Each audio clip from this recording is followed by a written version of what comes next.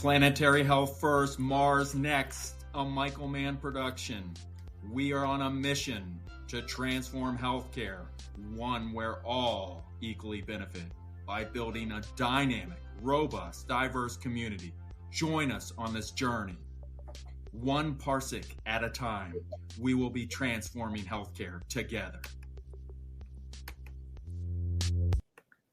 Awesome. Welcome to Planetary Health First, Mars Next. We have a special, amazing guest. I've gotten to know her, and I hope to get to know her more. I've had some good conversations with her. This is Christine Von Raesfeld, and she is super awesome.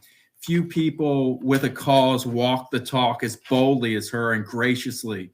She is the founder and CEO of People with Empathy. Christine is a pillar of patient advocacy and allyship in the rare and chronic disease community.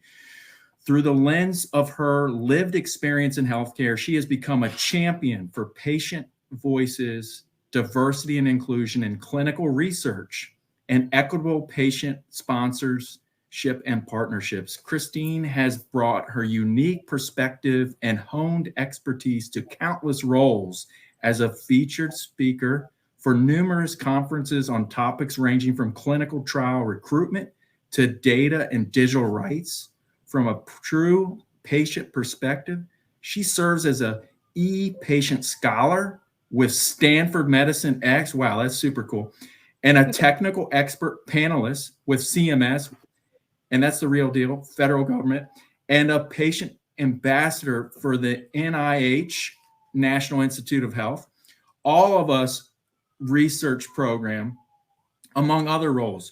Wherever possible, Christine generates momentum toward progress along her patient advocacy journey and has become a thought leader worldwide, stimulating dialogue on a range of topics relevant to patients, clinics, clinicians, and industry as a moderator and host of People with Empathy, the inside track on Clubhouse. That's cool.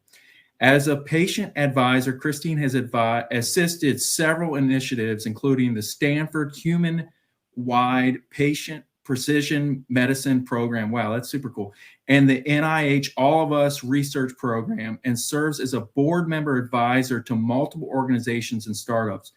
For many contributions to her field, she has been named one of the top 100 women of influences by the Silicon Valley Business Journal, 2020 Silicon Valley Community Hero, a member of 2021 HIMSS Future 50, and one of Medica Life's 50 most influential voices in healthcare 2022. Wow. It is such an honor to have you here.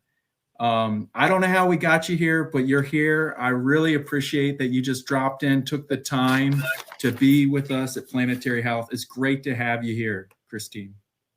Well, I am so glad to be able to speak with you, and really, it's fascinating the conversations we've had. So any opportunity to come on and let anyone else hear what we were talking about is it's my pleasure. So thank you for having me.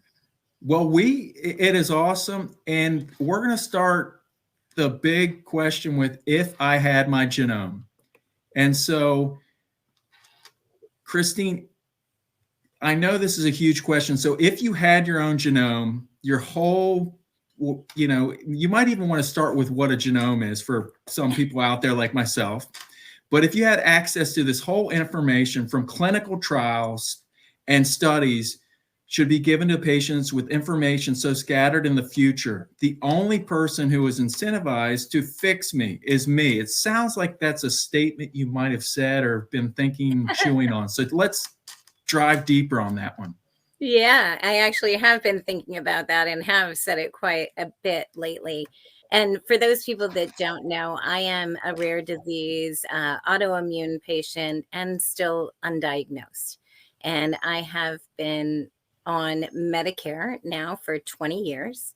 I've been disabled for since I was 27 years old due to my medical conditions. And all of my life, we've really treated the symptoms over even looking for an underlying cause, right? And so I had my first surgery at the age of 5, which then progressed to other conditions and diseases and treatments, but still never any underlying cause. And so all of my life, or actually not all of my life, but since I learned about clinical research, I started participating. I went out of my way to find studies and research and anything that I could participate in, right? Really to get answers on myself, because I was just not finding them. And so over the years, I participated. And am I allowed to say one of the studies that I participated in by name? If it's up to you. I mean, we're not beholden by anyone. I mean, unless it's like the NIA, I don't know. And actually, it's nothing really horrible, right? So I was in 2015 enrolled in a lupus study, which was what people now know as 23andMe. And as part of that study, lupus patients, we were given access to 23andMe. We filled out surveys, all of these things, and participated. And in exchange, we got a raw VCF file of our data, right? And so back in 2015, when I got this back, it really didn't mean anything to me. And it didn't mean anything to my physicians at the time either, right? I got it back, put it into my computer. It was a whole bunch of ones and zeros. I had no idea what they meant, right? And neither did my doctors. I brought it to them, asked them if they could use it. They said no. They couldn't understand it either. But they did tell me at the time to keep it on hand, because maybe one day this information would be helpful. So it sat on my hard drive for years and years and years. And a few years ago, I met a woman, Alice Rathjen, who became a really good friend, and she was able to interpret those readings. And she had asked me, well, after she read them, she was a little bit shocked with the results that she saw. And she called me and she said, what had been done? And I said, well, nothing. It was part of a lupus study. I just got this back and I gave it to my doctors. And she said, the density mutations that I see in your mitochondria are something she's never seen before. Deletions, mutations, additions, right? Things that shouldn't be there were there. But I never got any indication from anybody that ran this study that those might be an issue. So now those tests are outdated, right? They're no longer up to the standards that we have. And I've participated in studies everywhere, right? Lupus studies, other conditions, anything I could. And all of that information has been put out there into the universe for everybody else. But none of that information has come back to me and my physicians, except for that one file from 23andMe way back when. And so for me, what I'm looking for is an answer to my diseases. I'm still disabled. I'm acquiring more and more conditions and more damage from medications as I get older. And what I really want is people to look at my underlying cause and to stop treating the symptoms. And so if I had access to some of the information, to my genome that I've done for, all of these research products, right? Or projects, to give my information to them, if I could get that back and compile that myself, I could find an answer faster than any care team out there. And I've helped my doctors along in where we should be and what we're looking at. But without hard evidence for some things, I can only push my own physicians so much, right? And so what I really want, and what I think we all should have access to, especially those people dealing with rare disease or undiagnosed, I think on a bigger scale, right? If I had access to that genome, I could use AI technology. I could run all of my information through, current data sets and maybe try to narrow down what might be one of my causes.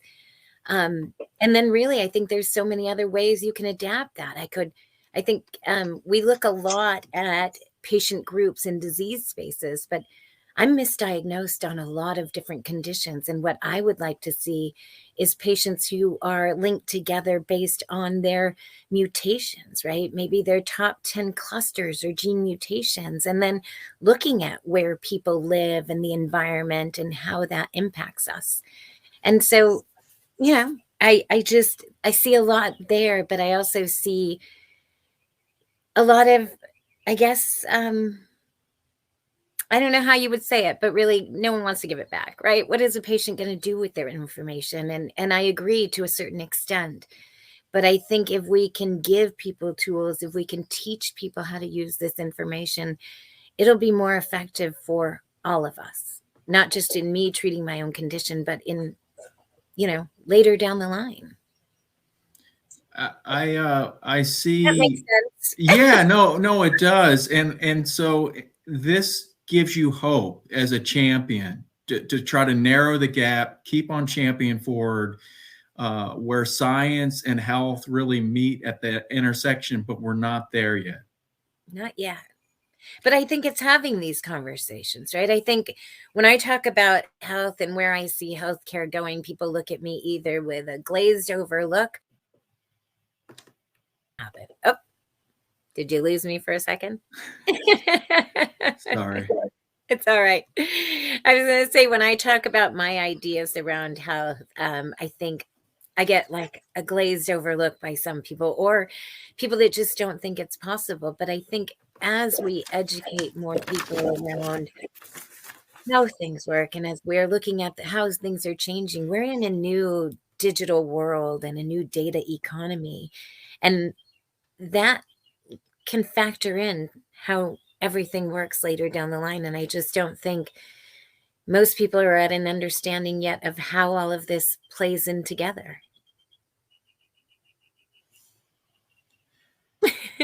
So what do you think we need to do? Where do you see narrowing this gap? Like, what do you think is possible in these next few years on your journey? Well, I think one of the things we have to talk about that we keep avoiding the conversation on is digital rights, and really, not ownership per se, but really that access to our data. And right now, as it stands, it's pretty much whoever owns the server owns the data, and that has to change. So I think if I'm looking long term and my future ideas for healthcare, I think digital rights. We don't like to say ownership, because ownership also implies the chance of selling that off, and we don't, as part of different organizations, we don't think that that's right. So we're looking at, how do we look at digital rights, and how do we get people really involved in healthcare? For me, I think it is about looking at the disease spaces and kind of changing our way of thinking. We have a focus right now on precision medicine, but what most people don't understand is, in order to get to that idea of precision medicine, we also have to have a lot more information and a lot more data and more people participating in research. So I think, I don't know, it's just a really weird space that we're in. I think there's potential for a lot of change. And I think being in this new data economy, that can really kind of push forward some of the change we need. Who do you think, what organizations do you see that are really going to help and accelerate this, or on the other hand, block this? What is the organizations that are really going to help this, and what organizations might slow this down? So I'm working with the Light Collective. I'm on the board of the Light Collective. We are an organization of patients and other, we have providers, other people, really on that fight for collective digital rights. We've gotten some grants, and we are now in the process of, our application process is closing actually tomorrow. But for cohorts, we're looking for other nonprofit groups to work with to really push that message, and to have that kind of equity when it comes to digital rights and data. And we have a motto, but I'm not thinking clearly.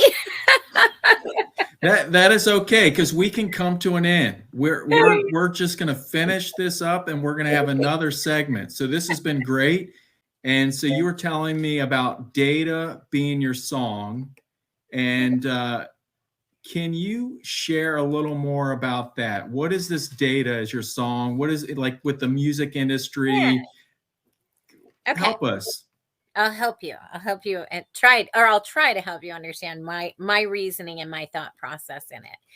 So, and part of this, maybe I was born and raised in Silicon Valley, right? So I watched it change from a very small community to what it is now. And really just seeing how data and technology and all of these things really played into that, right? And so I think data is something, it's not tangible. People don't really understand what it is. And so they kind of just put it to the side and don't think about it.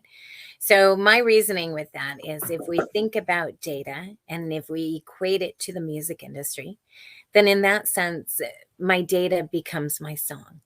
And if we think about the music industry, and not that they have worked out all of the details in that yet, but we've seen it evolve, right? Spotify. I mean, we went from Napster, right? And into this evolution of where we have. But I think in the music industry, what I tell people is, somebody writes that song or somebody writes that music, and it takes hundreds and maybe thousands, hundreds of thousands of people to put that music out there to the public, right? But we still don't forget about the artist or the writer. There's still credits there for that. And so I like to tell people, if you equate it to that, then you have a better sense of what data is. It's something that you created, right? And then also looking at it from other aspects. We've struggled so much with trying to get people to understand data and putting it into words and ideas that they can understand. It has really been difficult, right? And I think we even have talked about athletes, right? College athletes who were put out there and used, and they're playing the game, and if they get hurt, a lot of times they were forgotten afterwards, right? And so that's even changing. Models who want their own images back, that haven't been able to get those, right? And so thinking about those things, I think that's how we need to start thinking about our medical information, and really trying to relate it to those things that people can relate to. And so hopefully music is something that we all can relate to, right? And so by putting it in those words, I hope that we can change that discussion and really change the way that people look at data. And I joined a nonprofit. I joined the board of the Light Collective officially last year. You'll see our mission right there. Oops, and now it's gone. But our mission is to represent the collective rights, interests, and voices of patients in health tech. And it's hard, right? We're seeing data being used in horrible ways, and data being used in ways that we don't really consent to. And so really, we're educating ourselves, we're educating others out there, we're working with people, and we're building teams to look at these things and really build safer platforms for patients, and be able to build avenues where we can communicate and talk about our conditions in ways that we're not being taken advantage of. And so in the work that we've done in the last couple of years, there have been bulletins issued by HHS around pixels, which, if you ask me to explain everything in detail, I can't. But we have a whole team that does understand that. And really, we're working together to find the flaws that we see in health tech, and really bring that to light, and find ways that we can work to fix that, and really to work effectively as patient groups within the industry.